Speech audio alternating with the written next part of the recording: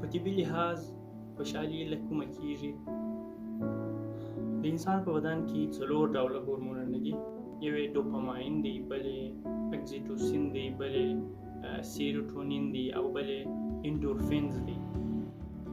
اول ډول کله چې انسان ورزش کوي او د بدن عضلات ډېر حرکتونه کوي، فزیکي حرکات ډېرېږي، نو انسان یو ډول هورمون افرازوي تر څو د انسان د مبارزې او د مقاومت قوه زیاته شي او انسان خوشحاله کېږي په دا وخت کې. بل کله چې موږ د باندې د ملګرو سره وینو، د لاس روغبړ یا د غېږ روغبړ کوو، نو د انسان په بدن کې د اکسیټوسین په نامه هورمون دی چې هغه افرازېږي او انسان د خوښۍ حس کوي.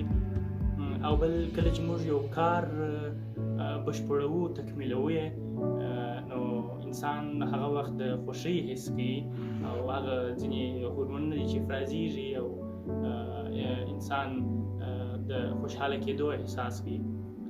او کله چې موږ د یو انسان سره یا د یو ښه کار کوو یا د یو چا سره کومک کوو، د هغو کله چې څوک په بد حالت کې او موږ د هغه سره کومک کوو، هغوی د هغه بد حالت څخه راباسو، نو په داسې یو حالت کې هم یو ډول هورمون دی چې د انسان په وجود کې افرازېږي او انسان د خوښۍ احساس کوي.